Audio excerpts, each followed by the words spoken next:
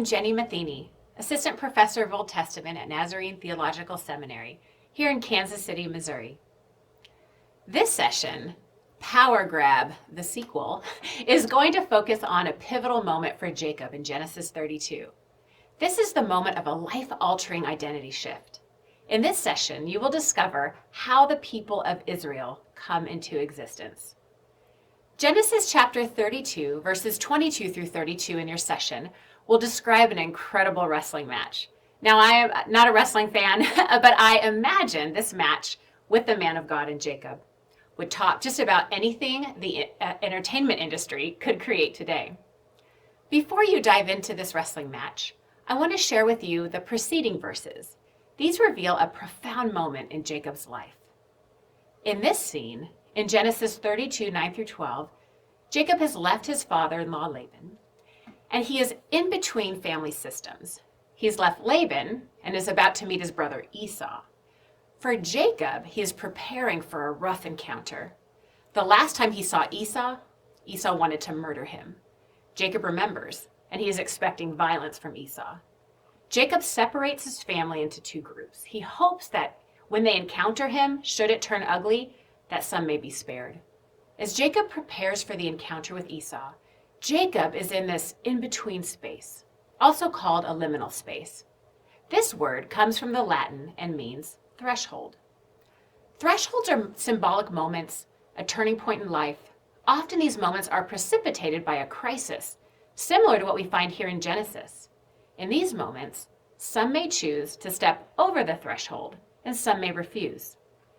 In this threshold moment, Jacob decides to do something for the first time. Well, the first time that we're made aware of. On this precipice of this intense threshold moment, this liminal space, Jacob prays. This is Jacob's first recorded prayer. In fact, it is the longest prayer in Genesis. Jacob prays, "O God of my father Abraham, God of my father Isaac, Lord, you who said to me, go back to your country and your relatives, and I will make you prosper. I am unworthy of all the kindness and faithfulness you have shown your servant. I had only my staff when I crossed the Jordan, but now I've become two camps.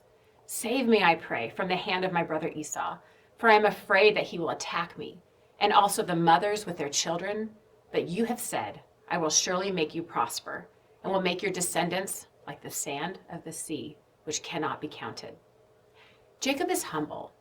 In this prayer, Jacob declares to God that he is not worthy of God's kindness. This is chesed, God's loyal covenant love. This chesed is deeply embedded in God's character. It is woven all throughout the Old Testament, even sung about in the Psalms.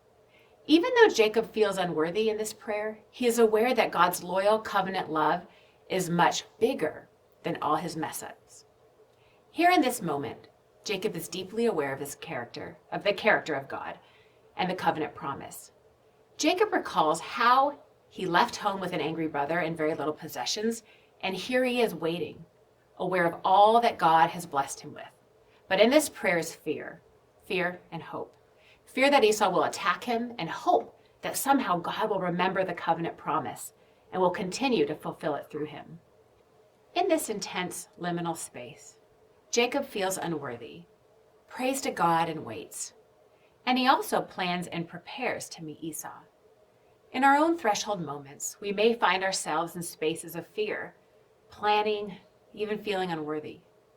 I encourage you to take a cue from Jacob and pray. Today, I hope that you are reminded that God is still revealing this kindness, chesed, in powerful and surprising ways.